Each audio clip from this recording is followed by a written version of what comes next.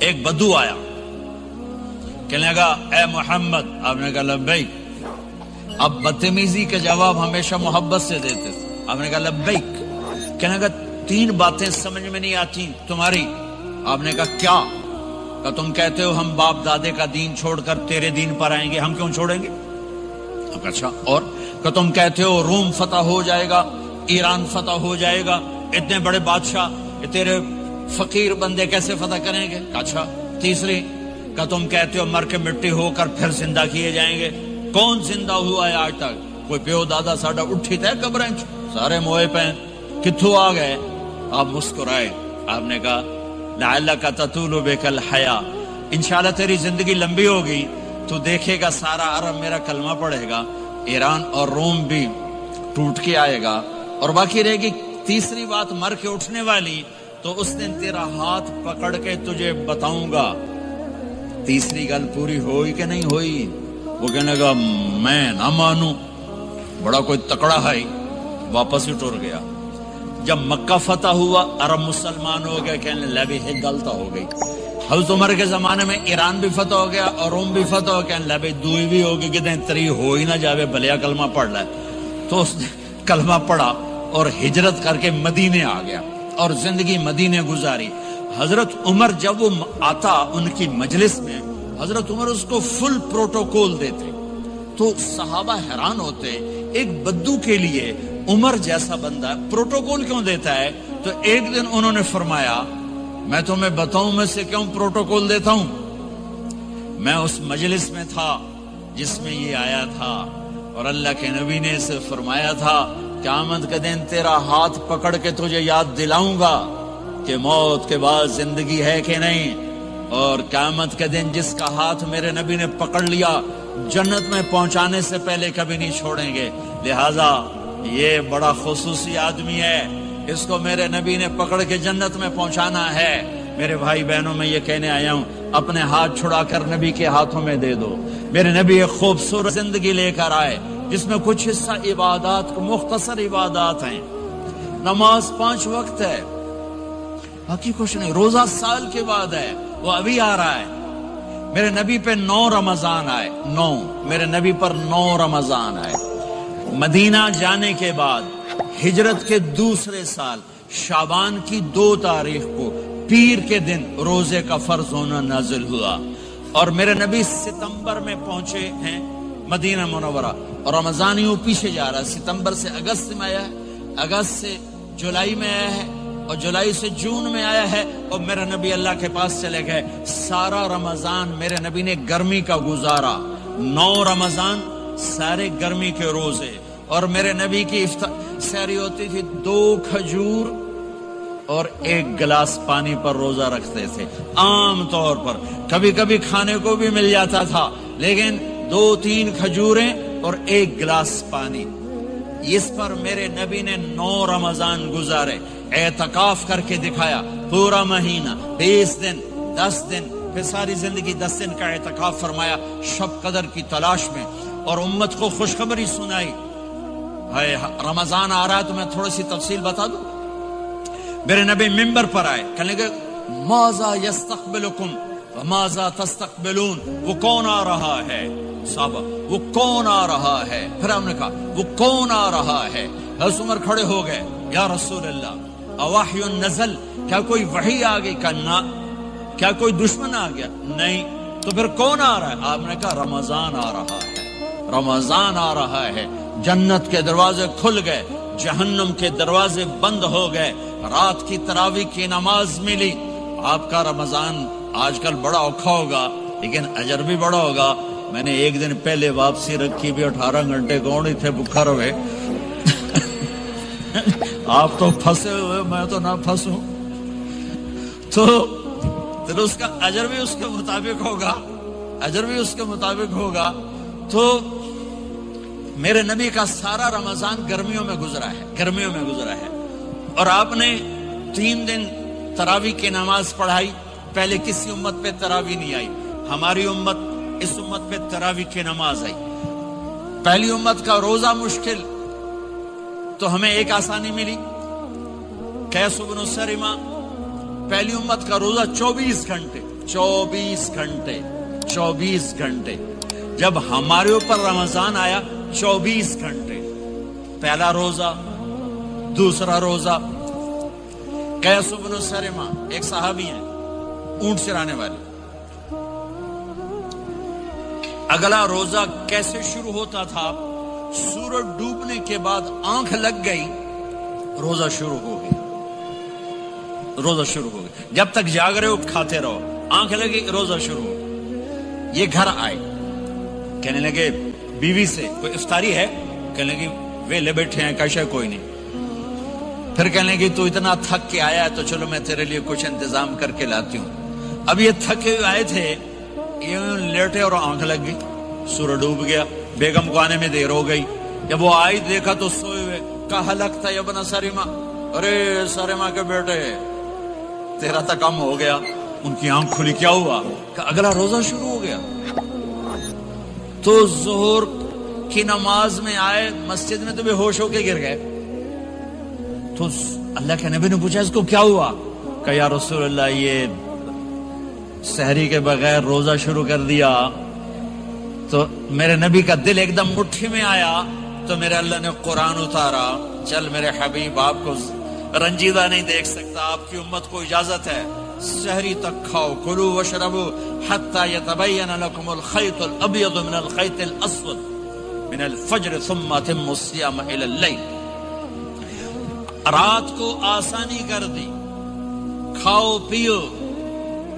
پہلے جب روزہ شروع ہوا تو ہر شے حرام ہوگی، بیوی بھی حرام ہوگی، خامد بھی حرام ہوگا، ہر شے حرام ہوگی. ایک دو واقعات اس طرح اوپر نیچے آئے کہ میرے رب نے سارا نظام بدل. ایک اور بدو آ گیا، یا رسول اللہ میں تو مارا گیا. آپ نے کہا کیا ہوا؟ کہ میں روزے کی حالت میں بیوی کے پاس چلا گیا. آپ نے کہا اچھا تو غلام آزاد کر. کہ میں غریب بندہ کہاں سے غلام آزاد کروں؟ آپ نے کہا تو پھر 60 مسکینوں کو روٹی کھلا. کہنے لگا میں آپ مسکین ہوں، میں کتوں روٹی کھواؤں؟ آپ نے کہا اچھا پھر 60 روزے رکھ. کہنے لگا ایک روزے آئے کم کیتا، 60 روزے کتوں؟ ایک روزے میں یہ چاند چڑھایا، 60 روزوں میں کیا کروں گا؟ تو آپ بڑا ہنسے. آپ نے کہا اچھا بیٹھ جا. تھوڑی دیر گزری تو ایک صحابی آئے، یا رسول اللہ یہ صدقے کی کھجوریں ہیں. تو آپ نے او بھائی کتنے ہیں؟ جی بیٹھا. کیوں رہا؟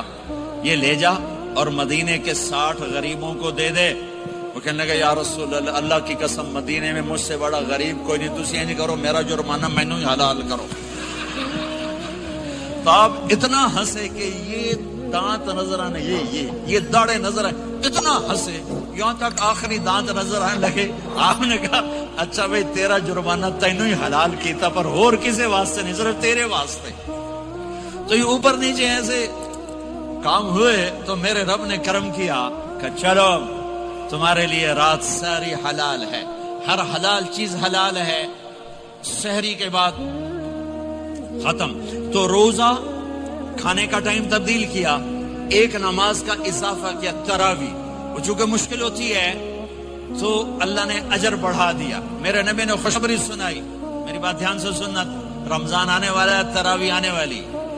تراویح کے ہر سجدے پر 1500 نیکی، 1500 نیکی. یہاں کی سب سے بڑی مسجد کون سی ہے؟ جامعہ اسلامیہ حسنہ کی مسجد والے. 1500 نیکی آپ کو سمجھ میں نہیں آئے گی. ایک چھوٹا سا اشتہار لگا دیں، جو ہماری مسجد میں تراویح پڑے گا اس کو $15 ملیں گے. ہر سجدے پہ $15. اگلے دن تسی دادیاں نوں بھی چاہ کے لے جاؤ. دادیاں تے تہاڈی لڑائی شروع ہو جاؤ، اما تو میرے نال ٹر، دادی تو میرے نال ٹر. میرے نبی کی خوشخبری 1500 نیکی، 3 سیکنڈ کا سجدہ. ہر سجدے پر جنت میں سرخ یاقوت کا ایک محل جس کے 60,000 سونے چاندی کے دروازے. تسی ایک گھر لے کے ساری زندگی قرضے لائی رکھ دے ہو نہیں. ایک سجدے پر جنت میں اتنا بڑا گھر کہ 60,000 سونے چاندی کے دروازے. ہر سجدے پر جنت میں ایک درخت سونے چاندی کا جس کا نیچے 100 سال گھوڑا دوڑ سکے. ایک روزہ. رمضان کا کبھی سوچا رمضان کا مطلب کیا ہے؟ رمضان کو رمضان کیوں کہتے ہیں؟ اللہ نے 11 مہینوں کے نام عربوں سے رکھوائے اور روزے کے مہینے کا نام خود رکھا قرآن میں، شہر رمضان الذی انزل فیہ القرآن. محرم، صفر، ربیع الاول، ربیع الثانی، جمادی الاولی، جمادی الثانی، رجب، شعبان، شوال، ذوالقعدہ، ذوالحج، یہ عربوں نے نام رکھا. اور رمضان پہلے سے رکھا جا چکا تھا، عربوں سے رکھوایا. رمضان کے لفظ اور روزے میں کیا جوڑ ہے؟ رمضان کہتے ہیں جل جانا، جل جانا، جل جانا. تو اس کو روزے کے ساتھ کیا مناسبت ہے کہ جب کوئی مرد عورت روزہ رکھتا ہے یا رکھتی ہے تو پچھلے 330 دن کے گناہ، آج روزہ رکھا، بھٹی تیار ہو گئی، گناہ ڈال کے جلاؤ، دوسرے دن اور گناہ جلاؤ، تیسرے دن اور گناہ، چوتھے دن اور، 30ویں دن سارے گناہوں کو اللہ تعالیٰ جلا کے، راکھ کر کے، ایمان والے مرد عورت کو پاک کر کے، صاف کر کے، آخری رات کہتا ہے جاؤ بخشے بخشائے چلے جاؤ، جاؤ بخشے بخشائے چلے جاؤ. تو میرے نبی تو 2 کھجور پہ روزہ رکھتے تھے. اور ایک بڑا خوبصورت واقعہ ہے رمضان کا، کہیں سے بکرے کی سری پکی ہوئی آ گئی تو آپ بڑے شوق سے کھا رہے تھے، اور ساتھ ارباز بن ساریہ بھی تھے، حضرت علی بھی تھے، اور حضرت مقداد بھی تھے. 3-4 آدمی سری کھا رہے تھے. بلال رضی اللہ تعالیٰ عنہ آئے کہ یا رسول اللہ سحری کا ٹائم ختم ہو گیا ہے، میں اذان دینے جا رہا ہوں، آپ کھانا پینا بند فرما دیں. اب میں کہا ٹھیک ہے. وہ باہر چلے گئے، اذان دینے لگے. پھر خیال آیا میں دیکھ لوں کہ آپ نے کھانا چھوڑا کہ نہیں چھوڑا. واپس آئے تو آپ کھا رہے تھے. یا رسول اللہ واللہ لقد اصبحت، اللہ کی قسم صبح ہو گئی. آپ نے ہاتھ پیچھے کر لیا، کہا ارے بلال نہیں ہوئی تھی، نہیں ہوئی تھی. تیرے قسم کھانے پر اللہ نے پہلے نکال دیا اس کی کہ تیری قسم جھوٹی نہ پڑے. حضرت علی نے فرمایا اگر بلال قسم نہ اٹھاتے تو جب تک میرے نبی کھاتے رہتے اللہ صبح کو پیچھے ہٹاتے جاتے. دیگ پک رہی تھی، ابو عبیدہ رضی اللہ تعالیٰ عنہ بن جراح وہ دیگ پکا رہے تھے، بکرا. آپ نے کہا ابو عبید یہ مجھے بکرے کی دستی پکڑانا، اگلے بازو. آپ کو اگلے بازو کا گوشت پسند تھا، گردن کا گوشت پسند تھا، یہ کمر کی پٹھ کا گوشت آپ کو پسند تھا، دودھ پسند تھا، برنی کھجور پسند تھی، عجوا کھجور پسند تھی، تازہ روٹی پسند تھی. آپ یا تازہ کھاتے تھے یا فاقہ. تھوڑی طرح نہیں 8 دن دے پکا کے فریڈاں ٹھوک دے ہو تو کٹ کے گرم کیتی رکھو تے کھاتی رکھو. یا آپ تازہ کھاتے تھے یا فاقہ فرماتے تھے. ایک دفعہ فتح مکہ پر ام ہانی کے گھر آپ نے باسی روٹی کھائی، ورنہ آپ نے ہمیشہ تازہ یا فاقہ یا تازہ یا فاقہ. کبھی جس کھانے پہ رات گزر جاتی اسے نہیں کھاتے تھے. تسی ماشاءاللہ 8 راتوں سے کھدی جاندے. ہاں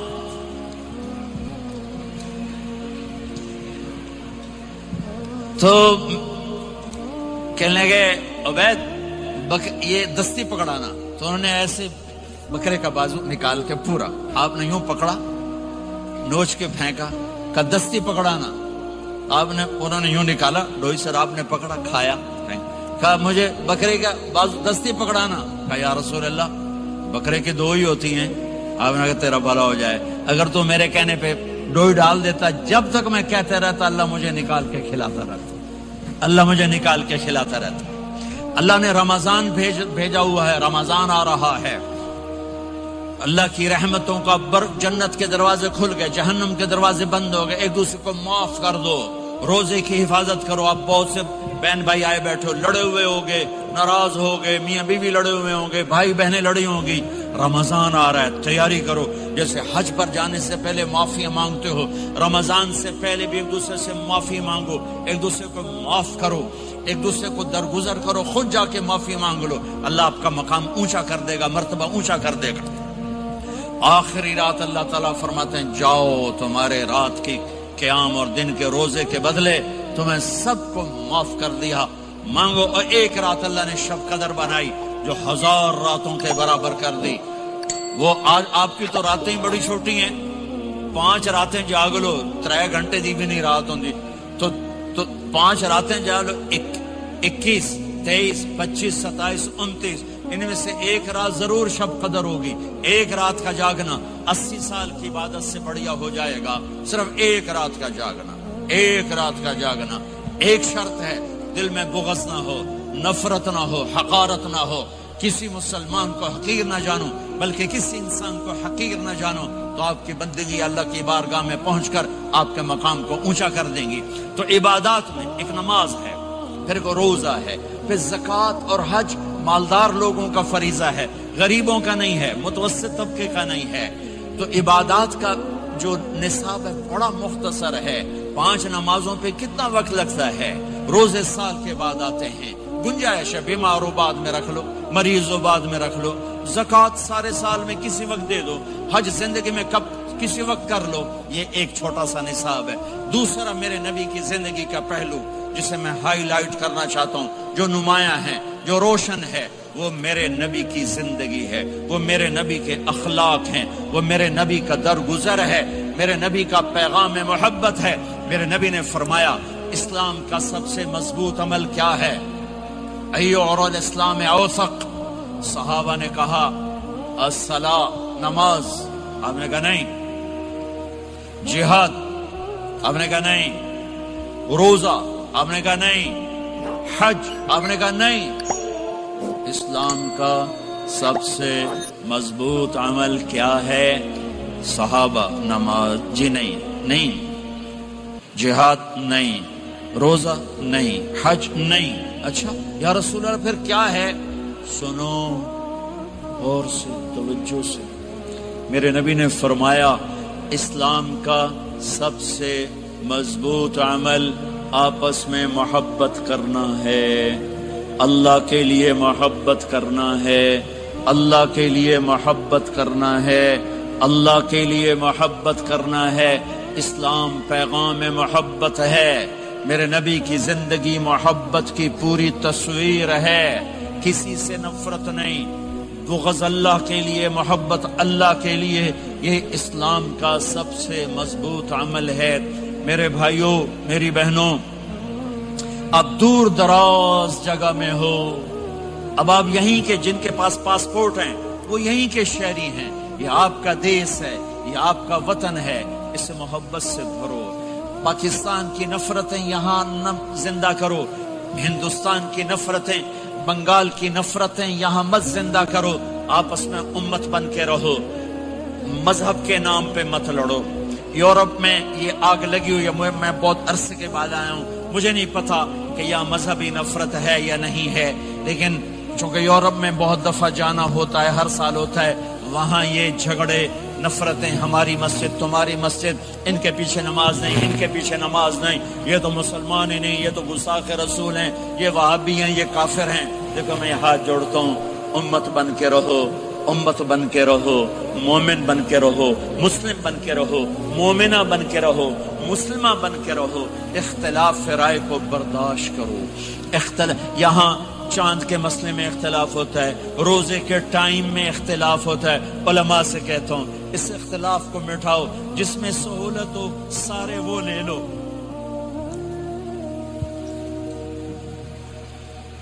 امت میں تفریق نہ پیدا کرو.